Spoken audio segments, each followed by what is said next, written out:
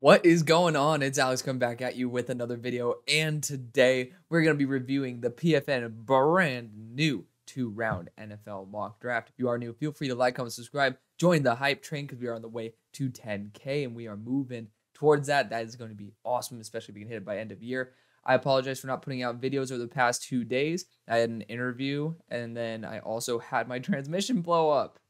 Love it, right? So yes, we're back on track. Hallelujah. It's actually just a temperature sensor in my transmission that blew up. So luckily, we are not going to be breaking the bank for that. But with all that being said, let's have some fun. Let's jump right into this. Below my face is my board. Yes, I know it is super unique to me. I'll continue talking about all the players on it as it goes along. So feel free to roast me down in the comment section below. Just don't be a dick about it. You know, it is what it is. We all have our opinions, but the one thing I owe you is honesty. I don't owe you the most amazing board of all time because, to be honest, none of us know. That's why there's 6 round picks that end up being amazing and number 1 overall picks that suck. But what I do owe you is honesty in terms of who's actually good. So I'll at least give you that. So starting off with number 1 pick. Okay, this is I assume before. I don't know where the Bears picks are. Again, this is a live reaction as well. Bears go Caleb Williams still. Intriguing. Again, if Justin continues to be the way he was on Thursday night, then obviously they're not going to, well, it depends. If they have number 1 overall pick, it's hard to pass on Caleb Williams. It would be, at that point, because now you've proven that you can make a quarterback succeed. Do you want to pay Justin the cashola and end up having to continue developing him at a very high price point? Or do you want to go for something much cheaper in Caleb Williams? Cheaper. It's not still cheap, but it is cheap compared to a top tier quarterback contract. Now, the question is, do you want to get the draft capital from Justin and trade him away for maybe a first and a third, God only knows? Or do you want to trade that number 1 overall selection for a ton of first round picks? That is going to be down to Ryan Poles. Now, I still think that Eberflus needs to go bye-bye. And honestly, I think the way that the Bears have performed without Chase Claypool there is really indicative of a very underrated factor, and that's chemistry. You know, just having somebody in the locker room who's kind of more of a cancer just doesn't make the team mesh very well. And they were trying to force him into the offense. He just wasn't biting. And, you know, when you just kind of let DJ Moore be DJ Moore and Justin trust DJ Moore randomly, they start performing better. So good for the Bears. You know, again, that's going to have to be the debate that, whoa, okay, hold on. He is overhyped. Let's not talk about that. Intriguing.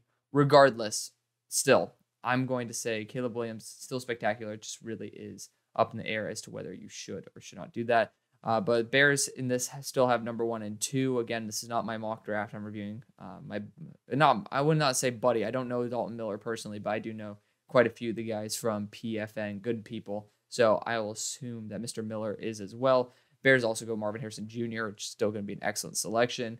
I hope Justin then still trusts DJ Moore to cook, and then you can kind of just trust 2 guys to cook at that point. Raiders going Drake May. I know it's a good move for the franchise to, you know, get their own franchise guy, but there's just so many holes on this roster, and I think Drake May, with his inconsistencies and then his beautiful playmaking ability, he just needs to go to a spot that he can get bailed out. Again, I'm going to say that the Vikings are my dream number 1 destination for Drake May, and I don't think I really need to say much more than that about it. That or honestly the Falcons, man. The Falcons, if they stop overachieving, can like really upgrade their game with Drake May. They have the mobility, they have the playmakers as well. Like letting Kyle Pitts cook with Drake May would just be, it'll bring a smile to my face and it'll melt my heart quite a bit. Broncos going Dallas Turner. So I just restudied my top 3 edges. Braylon Trice has slipped. Where did I put him? At number 12 on my board. So he slipped from number 8 to number 16 or wherever the hell I just said, number 12. So he had a small drop. He's still performing very, very well. They're using him a little bit differently. So got to keep that in mind. But I just watched Dallas Turner, and surprisingly, his overall grade stayed the same, but so I grade it on in qualitative and quantitative scale. Primarily, 99% of it is quantitative. And with Dallas, he has the exact same score, but I actually shifted. He's one of the best run defending edge rushers I've seen. Like, genuinely extremely smart. I saw him take on a double team at 242 pounds, split the double team too, but also seal the edge and kick the running back inside. He's developed so much as a run defender. Now, they're using him a little bit weirdly. I don't think he builds up the momentum to properly show out his pass rushing ability, but still a top tier pass rusher. With the Broncos, I mean, you can't go wrong without Randy Gregory there. I think that's a perfectly fine idea. So, solid pick. Minnesota Vikings and Kool-Aid McKinstry. If they're not going to go QB, cornerback is a great move, and Kool-Aid is a great pick. Olu for the Jets is excellent as well. He is special. I am not going to disagree with that whatsoever. He is my number 6 player in the draft, well deserving of this number 6 spot. Patriots going to Emeka Egbuka. I'd be going after a tackle here because the wide receiver class is very deep, but I'm not going to shame him.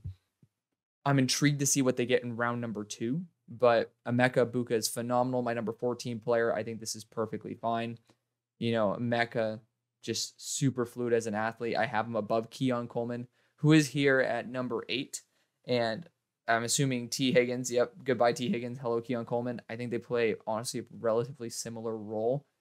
The question is, do you want to spend a top 10 pick on somebody that you can just pay, 20, 25 million a year to, and spend this pick on an offensive lineman like Joe Alt or Talise Fuaga and fully secure your offensive line? That's the big question. Do you want to spend your money there or in the offensive line? Hopefully they do one of the two rather than neither, but it is what it is. I assume that they'll use that money on the O-line and replace their beloved T. Higgins with Keon Coleman. I just restudied Keon as well. He just continues to be great in his areas of strength. He, to me, is very similar to how I look at Drake May. Like, they're continuing to develop their strengths, but I don't really see much of the development of the weaknesses. More like Keon Coleman than Drake May, but honestly, the offense that Drake May's in kind of just rewards him for remaining the same type of player. Keon Coleman, I still want to see those intricacies of his game a little bit better after the catch. I know he has those high-end plays, but when it comes down to the consistency after the catch, it's not exactly NFL translatable yet. And I'm excited for him to get better and better at that. But most importantly, the release package is still not there. The separation is not really there either. That's why he's making these beautiful, top-tier 10 out of 10 spectacular contested catches. And that's exactly what he's been good for.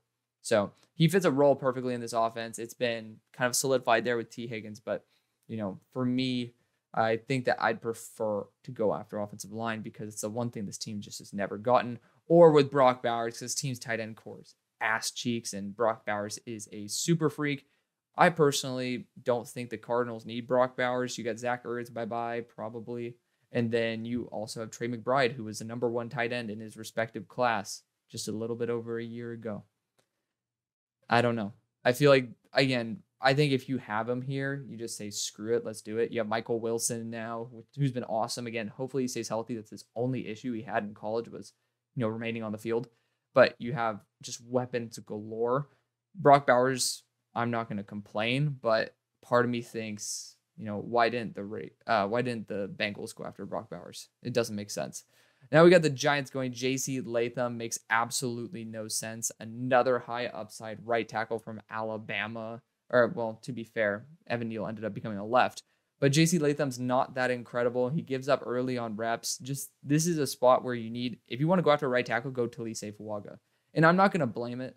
I think that a team, maybe even like the Jets, should be in the mood to trade for Evan Neal and kick him back to left tackle. I know that in this draft they got Olu, but let's assume they don't. Or maybe let's assume they're a little bit more down the board because Zach Wilson brings them a W or two and they're out of range for a starting quality tackle. I'd do it. So J.C. Latham, I don't like his motor. He gives up early on a lot of reps. He's still developing. It's a good talent for sure. But for me, I want to get a home run hit, and I'm going to go Talise Fuaga 10 out of 10 times. who I actually did a 7-round mock the mock for PFN. And at the end of that, I attached an awesome exclusive interview with Brendan Jackson, Washington State edge rusher, who went up against Talise Fuaga that same week. So got to recap it there, but he said that Talise was the best tackle, if not one of the best tackles he's ever faced. So he has some good company there with guys like Abraham Lucas, who he got to play against every single day in practice. So definitely high praise for my number 3 overall player. Packers going Joe Bakhtiari. He's out for the year, man. Like, it's sad. It's sad. This poor guy just cannot stay on the field. I feel atrocious because his talent, he is the best of the best, but it's just sad. It's sad. So Joe Alt's a good pick. I'll say that. Joe Alt's a very good pick.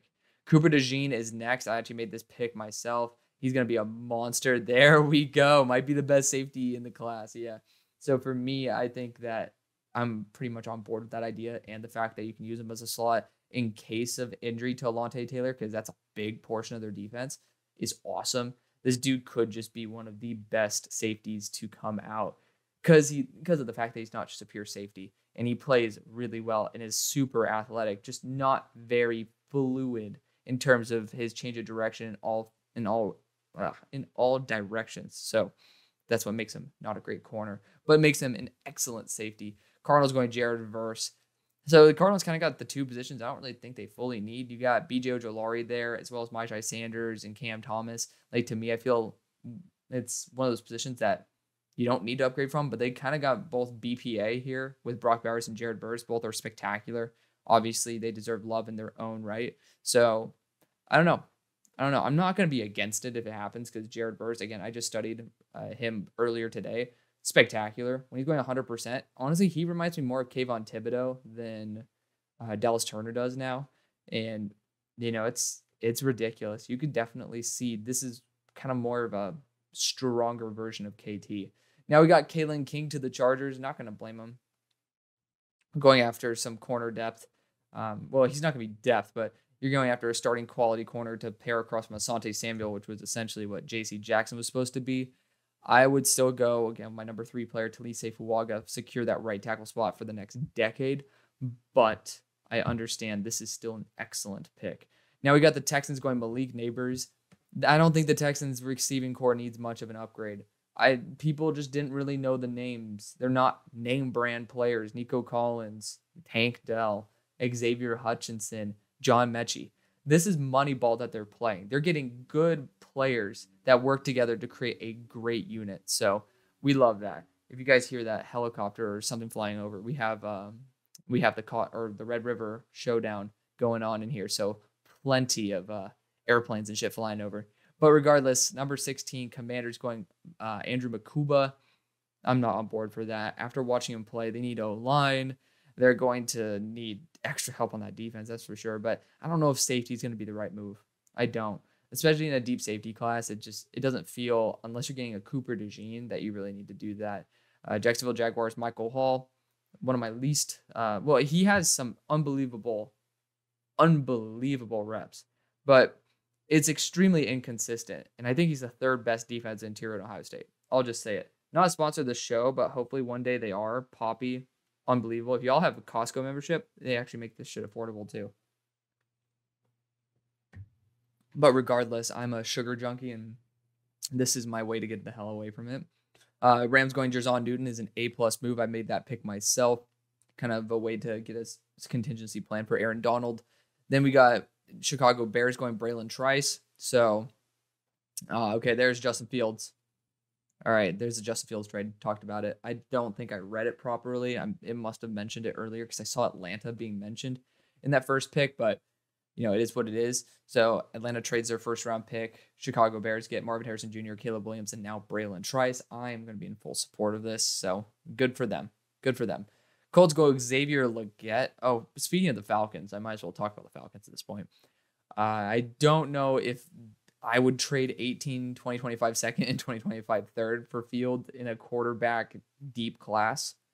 Just got to say, maybe I'd give a next year 1 if you really think it's that good, and then a this year 2, just because, hey, again, you could, that still kind of defeats the point, defeats the purpose. You could send Justin back to Georgia, but I mean, for me, I wouldn't trade for Justin Fields unless he continues to be this good, which again, they wouldn't have the number 2 overall pick in that instance.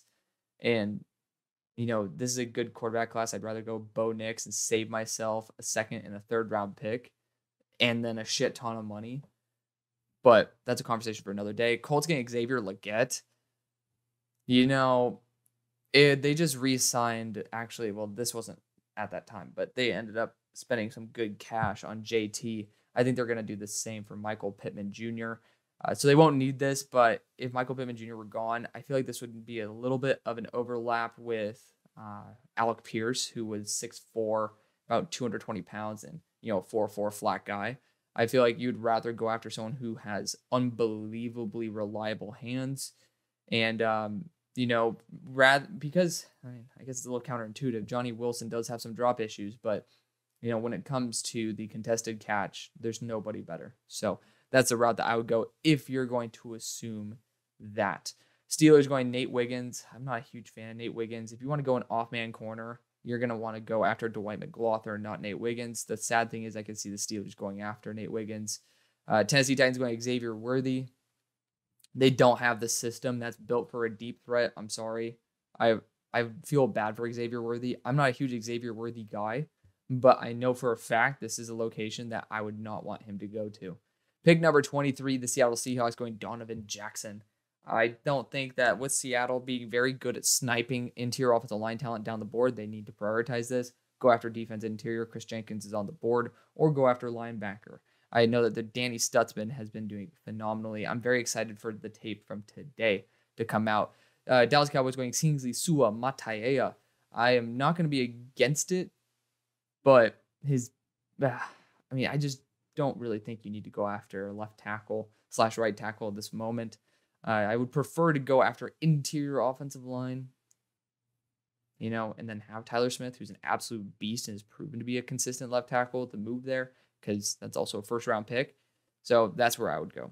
You got the Lions going safety here. That doesn't really make sense for me.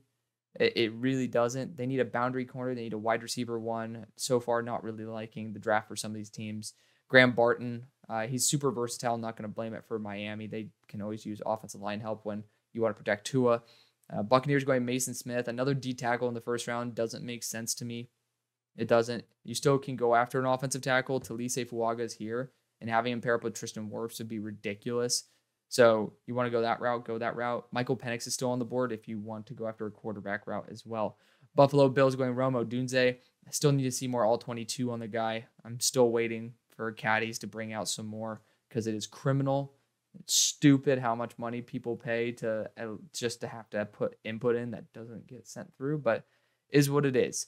But Romo Dunze, he's a very good build for a wide receiver. I just don't think the Bills need to snag a wide receiver with a first-round pick. Then we got Trey Henderson here. I'm not a fan of Trey Henderson. I'm just not. I don't think he's that great a running back. I don't think he's a bad running back by any stretch, but I don't see starter running back in him. And call me a hater. I'm an Ohio State fan. I should be biased towards him. So, it is what it is. But, Trey Henderson, I think this class is super deep at running back. This is not a position, or this is not a player that provides anything unique compared to other running backs in the class. You got Niners going Talise Fuaga. Mwah. I love PFN. It's the only organization that loves Talise Fuaga remotely as much as I do. This is a 10 out of 10, actually probably 11 out of 10 pick for the Niners. Then we got A.D. Mitchell for the Chiefs. I like A.D. Mitchell. I don't like the fact he fumbled on one of his best reps versus Bama, but we'll talk about that another time. This is not a bad pick. I think he could fit into a good role in the Chiefs offense. I don't know how fast he is. So I don't like the idea of talking about him in comparison to Romo Dunze. I don't think they play alike. But again, that's because I'm not super high on Odunze. I really like A.D. Mitchell. So we'll leave it at that. I don't think wide receiver is a bad option. I think defensive interior. I think Chris Jenkins still on the board, if I'm not mistaken. Probably the best move. Eagles going Kamari Lassiter. Of course, like going low blow with the Georgia corner here. But, Georgia defender. And he needs development too. So I think this is a good spot to go. Pick number 33, Panthers going Cooper Beebe. It's not a bad pick. I think I'd rather have, again, I have these three dudes. I like ignore improving their offensive line when you have three quality guys. And I think it's Christian Sen, not Sun, but we'll leave it as is. Yeah, not a fan of this pick. You could, again, get some extra wide receiver help that they're looking for. You could also, get some extra corner depth because they are always injured there. Edge rusher doesn't really feel like the position I would ever go after is interior offensive line because that's the spot where they're really pretty damn solid at. So not a fan of that pick. Chop Robinson for the Bears. I become much higher on Chop Robinson. I think this is an excellent pick for them. Them pairing him up with one of the top edge rushers in Braylon Trice. This team's repivoting to be a top tier team. Brandon Dorlus for the Saints. That's a weird hybrid defensive interior who's 290, but also is an edge rusher. Excellent pass rusher. I think that his missed tackle issue has just still never been found, but or has never been fixed, but is what it is. I don't think the Saints should be out of the market for Brandon Dorlus. He's a good player. JJ McCarthy for the Vikings. I mean, again, you have Michael Penix on the board who fits this to a T. Don't really get why you'd go out JJ McCarthy in this situation. I like JJ McCarthy, but just you have an instant system fit with a player who statistically is better. So he's statistically, and then my opinion, just overall better than JJ McCarthy, even though, again, I like JJ McCarthy. Packers going Newman. It's a pick I make myself, A+. Patriots going Bo Nix. I could totally see him being the commander of the Patriots. I would be a huge fan of that because, Bill O'Brien can use a mobile quarterback very well, and Bo Nix is a great guy for it. Kalen Carson, this is good value for him, good for the Bengals. Cardinals going Latu. I'm not a huge fan of it, and then especially after going after Jared Verse, I'm seriously not understanding why we're going after edge and wide receiver when defensive interior is a huge need, and running back could even be a need at this point. You could even highlight corner as well. I could get another linebacker up in there. Going after another edge rusher just doesn't make any sense. They have a ton of them on roster. They're still developing. They're still quality players. Giants going Barrett Carter. Not going to blame him for it. Linebacker's just been something they've never been able to fix fully. Raiders going Denzel Burke. Excellent value in the position they really need. Eagles going Rod Moore. Their safety core. They're good at poaching guys down the board. They don't need to do this. I mean, to be fair, the Eagles don't need to do much. But this is a great spot for Blake Fisher, right tackle out of Notre Dame. They need a longer-term contingency plan for Lane Johnson, and he has a lot of potential. Then we got the Texans going Princely. I'm a big fan of Princely. I'm pretty sure I moved him up my board over here too. Yeah, Princely. The only player who actually has an abbreviation on his name so it could fit. But, number 50 player on my board, he's risen up just because he's showing more and more development. I love it. Pick number 45, Chargers Jatavian Sanders, should be going a lot earlier. Again, not understanding why. I mean, I didn't mention this earlier, why the Bengals are not going tight end, especially when that's the value they can get. They didn't get Brock Bowers. They didn't get Jatavian Sanders. It's their biggest need, and they got good value at both spots and passed on it. Don't get that, but to be fair, they've been passing on it for a while now. You got the Browns going Tank. Juice Dells. Goddamn. I said Tank Dell and then Juice. Yes, it's Juice Wells. He hasn't been performing necessarily well.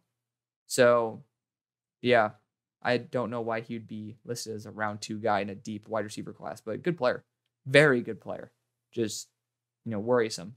Then you got Trotter to the Commanders. Not going to blame him. A little bit small, and, you have to roll the dice as to whether you want Jimmy Davis and Jeremiah Trotter both 230 starting on your team.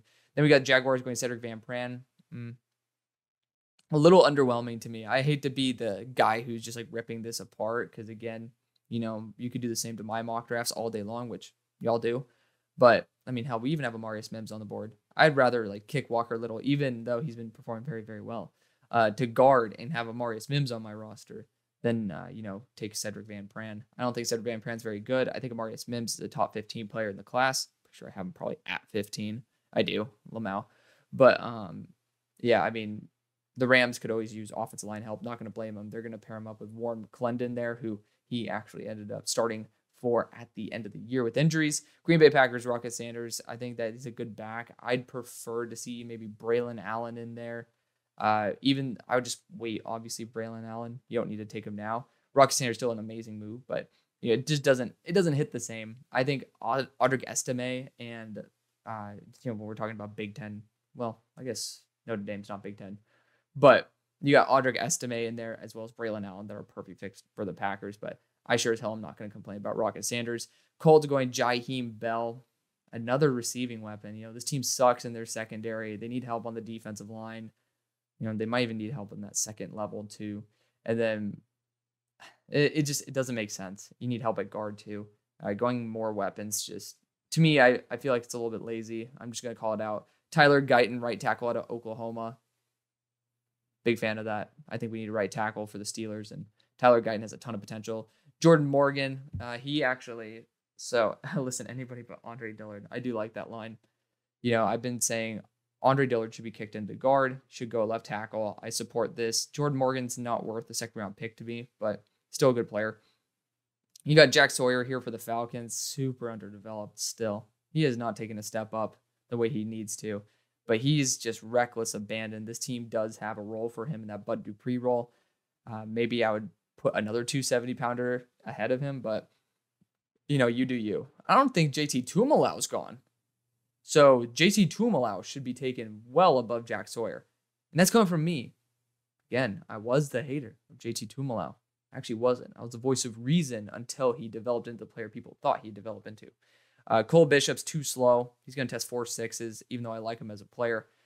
So, again, don't really know why that's not factored in. Michael Penix to the Seahawks. Feels a little bit forced, but that's perfectly fine. He's a good player. Honestly, swap this and J.J. McCarthy. Both fit the systems better in that way.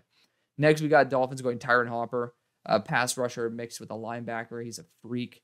Intriguing to see. He doesn't really play a lot like Nick Bolton. I'm sorry. I hate to be this super negative guy, but this is just not true. It's not. I like the fact that, obviously they hit the hole hard and they go full speed. That's the only thing I could see them comparatively the same. Tyron Hopper is a blitz freak. It is not the same. Not the same. Now, this is straight bullshit. I'm sorry. I got to call it out. This is bullshit. This is not right. Like, Ian, I know Ian is going to be probably reading this, Ian Valentino, so hello, Ian. But that's not right. You cannot say Tyron Hopper at like 225 pounds, one of the best pass rushing linebackers in all of college, is not the most athletic guy. This guy might be running 4.4s, if not 4.3s. Like, no disrespect to the writer of this, but quality control, guys. Seriously, quality control. Quinn Ewers for the Buccaneers. It's good value down the board. I think he returns to school. And we got the Bills going DJ James. Cornerback's good for him. Don't know if DJ James is going to, I think he's like 165. So, I don't really think it's going to work until like maybe a later round selection. Still a good player, though. Then we got the Lions going Troy Franklin. Excellent pick. I think that he'd be a very good complement to Jameson Williams. Then we got the Baltimore Ravens going McKinley Jackson. Yes, I also know ARSB. Still, good compliment to all of them. McKinley Jackson. So, I think it's okay. He's not been performing nearly as good as he did last year, but still a very top-tier player. Top-tier potential. Defensive interior, 320 pounds, good movement skills. And he just needs to put it all together. I think he's going to get it down the line. Not right now. Niners going Max Melton. Not against it. DB for the Niners is a good pick. Then we got Chiefs going Rook Orojo. I think this is perfectly fine as well. I talked about defense interior, that first round pick. At this point, you can still get guys like Jermaine Burton, Jacob Cowing, and plenty of other ones as well. So I feel like that would have been a better move, but you still got your nice defensive interior. And then the Eagles end off with Tommy Eichenberg. So that is going to be the video. Thank you so much for watching. See you on the far side.